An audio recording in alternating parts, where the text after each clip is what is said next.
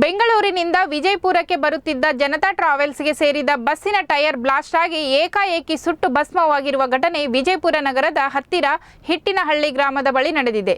Tyre blast ಆಗುತ್ತಿದ್ದಂತೆ ಪ್ರಯಾಣಿಕರು ಬಸ್ಸಿನಿಂದ ಕೆಳಗೆ ಇಳಿದು ಸೇಫ್ ಆಗಿದ್ದಾರೆ. ಆದರೆ ಪ್ರಯಾಣಿಕರ ಲಗೇಜ್ಗಳು ಸುಟ್ಟು ಭಸ್ಮವಾಗಿವೆ. ಇನ್ನು ಸ್ಥಳಕ್ಕೆ ಅಗ್ನಿಶಾಮಕ ಸಿಬ್ಬಂದಿಗಳು ಭೇಟಿ ನೀಡಿ ಬೆಂಕಿ ನಂದಿಸಿದ್ದಾರೆ.